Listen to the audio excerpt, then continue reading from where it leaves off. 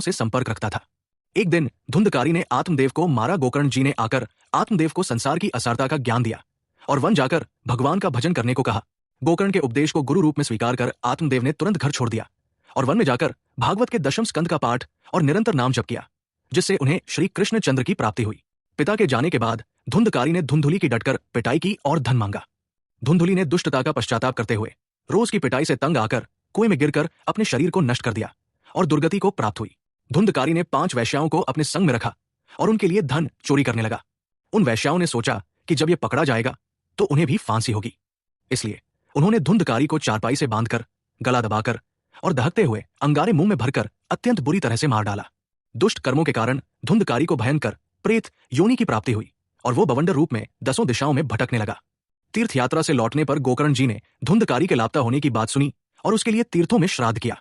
एक रात अपने घर में गोकर्ण जी को धुंधकारी प्रेत आत्मा के रूप में प्रकट हुआ। गोकर्ण ने जल लेकर मंत्रों का जाप करके उसके ऊपर फेंका, जिससे प्रेत बोल पाया और उसने बताया कि वह उसका भाई धुंधकारी है और उसकी भारी दुर्गति हुई है। धुंधकारी ने कहा कि उसके बड़े बड़े पापों के कारण 1-2 बार गया श्राद्ध से उसका उद्धार नहीं होगा, कोई दूसरा उपाय सोचना पड़ेगा। गोकर्ण जी ने प्रातःकाल सूर्य भगवान से प्रार्थना करके उद्धार का उपाय पूछा।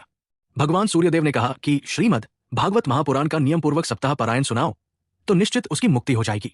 गोकर्ण जी ने कथा का समय निश्चित किया और 7 गांठ के बांस पर धुंधकारी का आवाहन करके उसे बैठा दिया। 7 दिन तक गोकर्ण जी ने भागवत कथा सुनाई। पहले दिन कथा के विश्राम पर बांस की 1 गांठ फट गई। 7 दिनों में 7 गांठें फट गई। धुंधकारी परम पवित्र दिव्य रूप भगवत पार्षद रूप धारण करके प्रकट हो गया। उसने कहा कि एकमात्र श्री कृष्ण चंद्र जी की लीला कथा सुनने मात्र से भयंकर पापात्मा होने पर भी वो भगवत स्वरूप हो गया है। एक दिव्य विमान आया और धुंधकारी उस पर चढ़कर भगवत धाम को जाने लगा।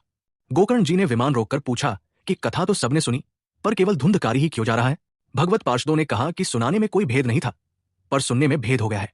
धुंधकारी ने उपवास करके रात दिन कथा का चिंतन और मनन किया, जबकि बाकी श्रोताओं ने केवल कथा सुनी।